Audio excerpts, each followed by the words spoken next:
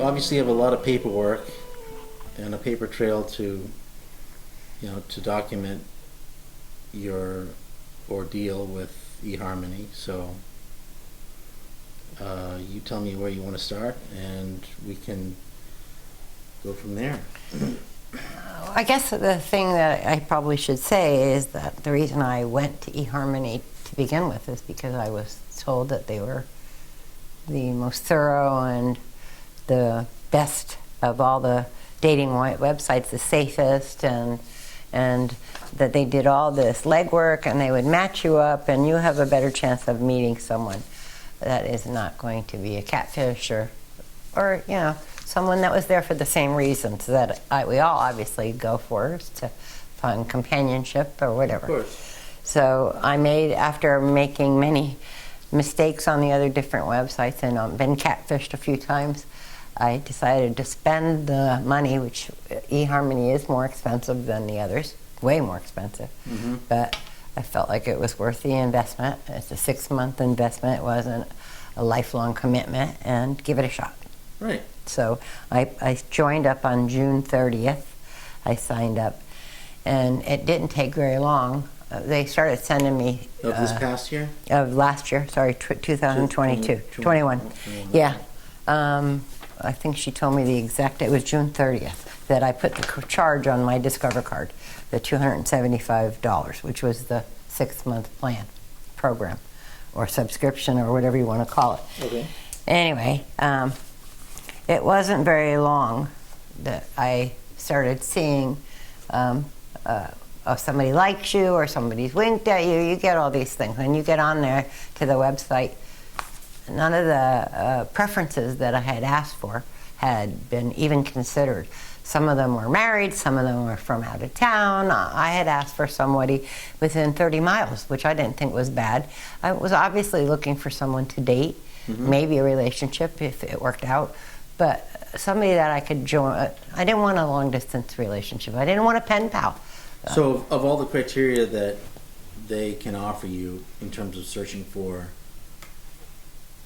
a partner, like how specific were you in terms of the criteria that best fits you? Well, they gave you a bunch. They gave you a bunch of choices. Okay. They obviously give you physical appearance and habits and whatnot. I chose my height, my preference. Whatever it was, 5'9" or 5'10" to 6'2". Okay. I didn't want somebody super tall or super short. I wanted somebody that didn't smoke. I didn't care if they had an occasional drink. I don't drink, but that wasn't an issue for me. I wanted them within 30 miles because I wanted somebody that could, hop on a date, go for no reason, just go out. I didn't want somebody that I had to make weekend plans or monthly plans. I wasn't looking for somebody that I required, vacation type of a date. I want somebody that can say, hey, you want to go out to dinner at the last minute or whatever, or let's go to the beach, or let's go to bowl or whatever. But somebody that would hopefully like to dance. That was one of my things, and I made it clear. Right. I was a dancer, that I loved golf. I bowled. I put down all of my obvious likes, and most of them that they sent me, almost I would say 90% of them did not dance, maybe 10%. So occasional golfer. Most of them drank, most of them, or there were some that didn't, which was fine. But there was never anybody in my category. So I was okay with it. They didn't send me anybody for a month, but they sent me one person that was, and I didn't care. I was going to be picky, but that's okay. Of course. I'd rather be picky. But they just seemed to want to send me quantity, not quality. I was disappointed. And they were all geographically beyond your... Most of them. There was a couple in Palm Beach Garden, but they smoked or they were not into dancing or whatever. If they fit one category, they didn't fit any of the others. So, you can't account for physical attraction. But, there's always, when you're on a dating site, we're looking at each other's pictures. That's the first thing. So you would think that the company being around as long as they have, that they would have like an algorithm that matches you up based on your personality type to somebody who's going to fit that criteria to a T. I mean, if I'm paying $500 a year for a dating site, I'd expect that the selection is going to be more than satisfactory than just That's what you would hope for. I mean, I got the more matches on Facebook dating, but they turn out to be catfish. And that was scary. So now, of course, you're leery. But I thought eHarmony was the cream of the crop. I thought that this was the website that was going to go through and screen all these people and find somebody. And I was okay with not, if I didn't get a bunch. So but, what was the breaking point for you? What was the after, I think it was the third or fourth month, I realized it wasn't any different or any better than any of the other websites. And that probably for me, the best way is if I hopefully met somebody in person, the old-fashioned way. You'd meet in the grocery store, on the dance floor, wherever. I was going to have to leave it in God's hands and not in eHarmony or anybody else's hands. And I went and looked. There's no phone number for eHarmony. When you send you try to contact them, you get a generated email saying that somebody will contact you back in 24 to 48 hours. And they don't ever reply. So on my account, on my website, it gives you your status and it gives you all this. And I looked up, how do you cancel your subscription? And it told you go in and you cancel it. And I said, no new renewals, I was done. I deleted my profile. I still had the app on my phone, but I did not go in. I completely shut down my login. I never logged back in again after October. Is there a way that you can delete your account permanently? Well, that's what I thought. That's what they give you is a choice. That are you sure you want to delete this? You're not going to be able to. Yes, I'm sure. I put in all that stuff, and it was well within the 6 months. I had till December to do it, and it was about September and October when I did it. Right. And that's the only thing I don't have documented because it was on the website. And I didn't think at the time that I would need to print that. So from September to now, what have you gotten from in the way of demands or threats to your in January, or I didn't get anything from eHarmony in December, in December. But I did get a bill from Discover, which was the credit card I used to pay for it. They had renewed my eHarmony account on December 31st, on New Year's Eve, for the $550 after I had asked them to cancel it, which I immediately called Discover on January 9th when I got the bill, because I still got paper bills. I don't know why I never got email from them. But when I received it in the mail, the first thing I did was underline not authorized, and I called and filed a dispute and was given a case number from Discover. And Discover sent me a letter the very next day that they had reinstituted the money in my account, but it was temporary until the case was reevaluated. So it was in their hands, and it was my word against theirs. And at this point, there was not much I could do about it. But my credit score and my bill paying is very important to me, and I worked very hard to pay my bills, and I didn't want any blips or anything on my credit score. I'm single. I've been divorced for 10 years. Just in April was 10 years, and I had to start building my credit up. So any kind of a mark against me is upsetting when you're single and you work hard, and I live on Social Security. I have a part-time job, dancing.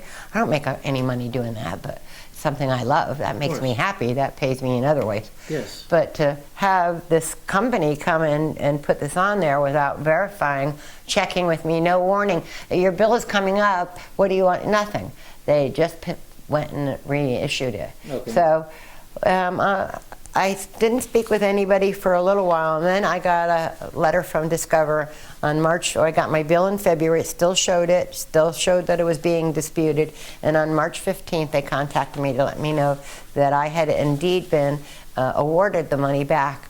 And it was now permanent, and they didn't tell me exactly what happened, but they said that I had been approved for the money, and I won the dispute. Discover card. Yes.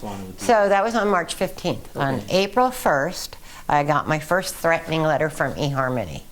It was the first time I heard from them out of nowhere, April 1st, that at these times it's easy to let things slip. You might have forgot, blah, blah, blah.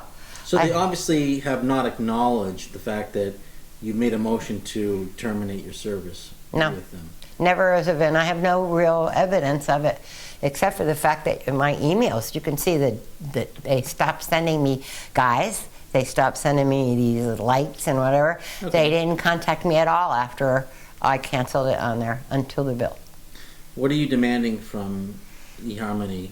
What is your plea? Like, how are you wanting to resolve this amicably? I just want them to take this charge. I don't want them to be. I don't want to be charged for something that I obviously have not used, and it's obvious that they can prove. Well, I can't prove it, but it's obvious that I've not even been on their website since before it expired in December. I stopped going on there. They know exactly when I canceled it on their website. That I've not met anybody gone on. I haven't even opened up the app on my phone, because I didn't want them to think that I was interested in anything to do with them. I've been unhappy with them. I've sent them emails. I've begged them to please reconsider. I've explained to them that I'm a 68-year-old lady that lives on Social Security, and this $550 is a lot of money, but even worse, they're threatening to report me to a debt collection agency, and that's the part that kills me. I want no debt collection agency contacted. I don't feel like I just ignored the bill. I don't ignore my bills. I pay my bills. I have zero credit balance on my credit cards. Right. I use them and pay them, and that's what I want. I want this charge dropped, and if not, I'm going to file more complaints. I have filed a complaint with the Better Business Bureau, but I intend to continue to complain and go out there wherever I have to, on Instagram, and warn other people that you be very careful when you give your credit card number to these websites, because even though I canceled on this program, they still were able to charge my credit card. Had I known, I would have, if I realized that they still had access to my Discover card, I would have called Discover and told them to not allow any charges from eHarmony. That was my mistake. I didn't. When I canceled out the program, I thought that they would be honest, and they're not. And now they're threatening my credit, which is even probably more hurtful to me than the $550. I would like no more threats. A matter of how much it costs as it is, it affecting your credit. Damaging the hard work that I've put into rebuilding and establishing my credit. Yes, I want them to stop with the harassment, stop with the charge, and let it be. And I'll stop with my complaints. But if they don't want to, if they hurt my credit in any way, I'm going to find out whatever options I have, other than putting this on Yelp, putting this on Instagram and on Facebook, and warning other people, because this is scary. Yeah, I'm angry about it and disgusted about it. I'm not just a name on an email. I'm a human being. Of course. And that's how I feel like this is just somebody sitting there at a desk, sending out collection notices. And there might be people that don't pay their bills, but I do. I mean, the fact that you're vocalizing this is a step in the right direction. It's going to, make sure that it's going to make it so that you're now not just a nameless, a faceless name. You're somebody who's a real, living, breathing human being who wants to resolve the matter, in an amicable way. And I think that you really have made sure to do it in a professional manner. So I wish you the best. I think that you have a lot going for you. So thank you. I appreciate it. That you've had to dispute, and payment credit score that you don't want to be affected by non-payment of this. Yeah, so this was the first time I got it. I said, I canceled this account months ago. Please don't contact me again. I thought this was like a stupid thing. I didn't know that this was going to... I've already filed a complaint against you. Now I'll file to the Better Business Bureau. I had no idea that this was going to drag on. But like you just said, with your PayPal, this sucks.